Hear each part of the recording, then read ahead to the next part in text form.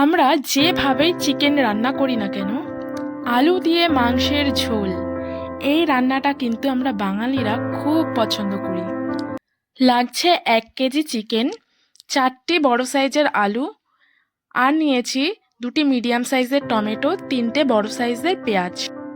ফোড়নের জন্য লাগছে তেজপাতা, শুকনো লঙ্কা, গোলমরিচ, স্টার আনিস, গোটা জিরে, দারচিনি, লবঙ্গ আর এলাচ। এখানে আছে রসুন, আদা, কাঁচা লঙ্কা আর ধনেপাতা। আদা, রসুন আর কাঁচা লঙ্কা মিক্সিং জারে আমি একটু পেস্ট করে নেব।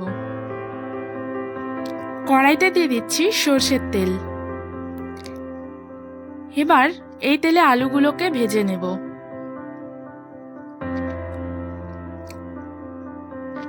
আলুগুলোকে একটু লাল করে ভেজে নিতে হবে।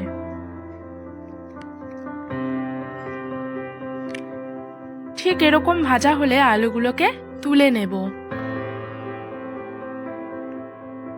ওই একই তেলে আবার কিছুটা তেল আমি দিয়ে দিচ্ছি।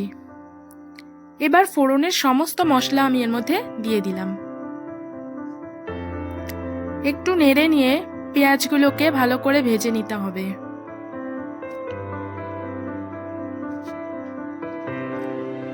দেব সামান্য নুন।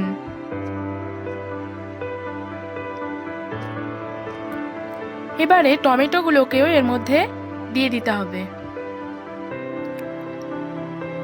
ভালো করে কষিয়ে নেব যতক্ষণ না কাঁচা গন্ধ চলে যাচ্ছে। এবারে জিরের গুঁড়ো, ধনের গুঁড়ো,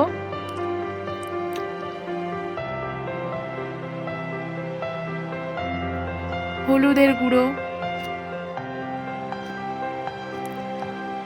কাশ্মীরি লঙ্কার গুঁড়ো 1 চামচ মতো, সমস্ত কিছু মশলা একসঙ্গে আমি একটু নাড়িয়ে চাড়িয়ে কষিয়ে নেব।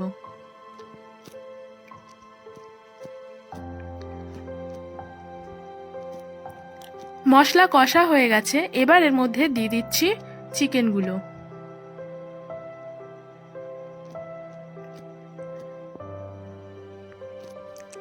এবারে এর মধ্যে দিয়ে দেব নুন।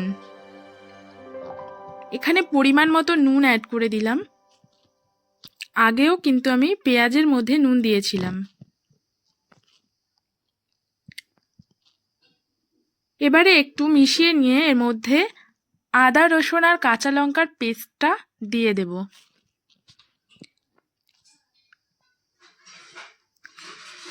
এবারে একসঙ্গে ততক্ষণ কষাবো যতক্ষণ না এর থেকে কাঁচা গন্ধটা চলে যাচ্ছে।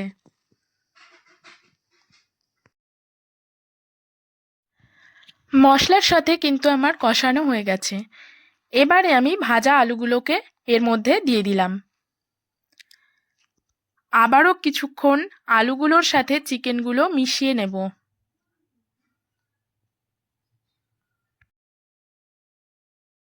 চিকেনটা কিন্তু আমার খুব ভালোভাবে কষানো হয়ে গেছে। এবার এর মধ্যে পরিমাণ মতন গরম জল আমি দিয়ে দিচ্ছি।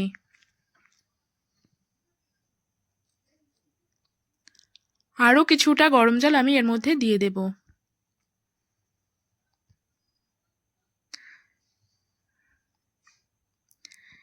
এবারে ঝোলটাকে ফুটতে দিতে হবে। এরকম অবস্থায় কিছুটা গরম মশলা আমি এর মধ্যে অ্যাড করে দিলাম।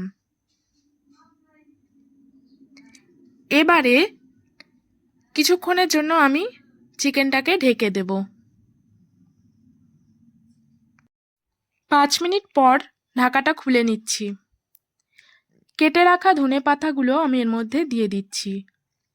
সব কিছুকে একবার মিশিয়ে নেব। এখন আবারও 2 মিনিটের জন্য আমি চিকেনটাকে ঢেকে রাখব। ফিরে এলাম 2 মিনিট পর। চিকেন কিন্তু প্রায় রেডি। গ্যাসের ফ্লেমটা অফ করে দিয়ে ঢাকা চাপা দিয়ে আমি কিছুক্ষণের জন্য রেখে দেব। চিকেন কিন্তু আমার একদম রেডি হয়ে গেল। এইভাবে একবার হলেও বানিয়ে খেয়ে দেখো। বাঙালিদের অত্যন্ত প্রিয় এই রেসিপিটি কেমন লাগলো সকলে কিন্তু জানাতে ভুলো না। দেখা হবে আরেকটি অন্য রেসিপির সাথে অন্য আরেক দিন।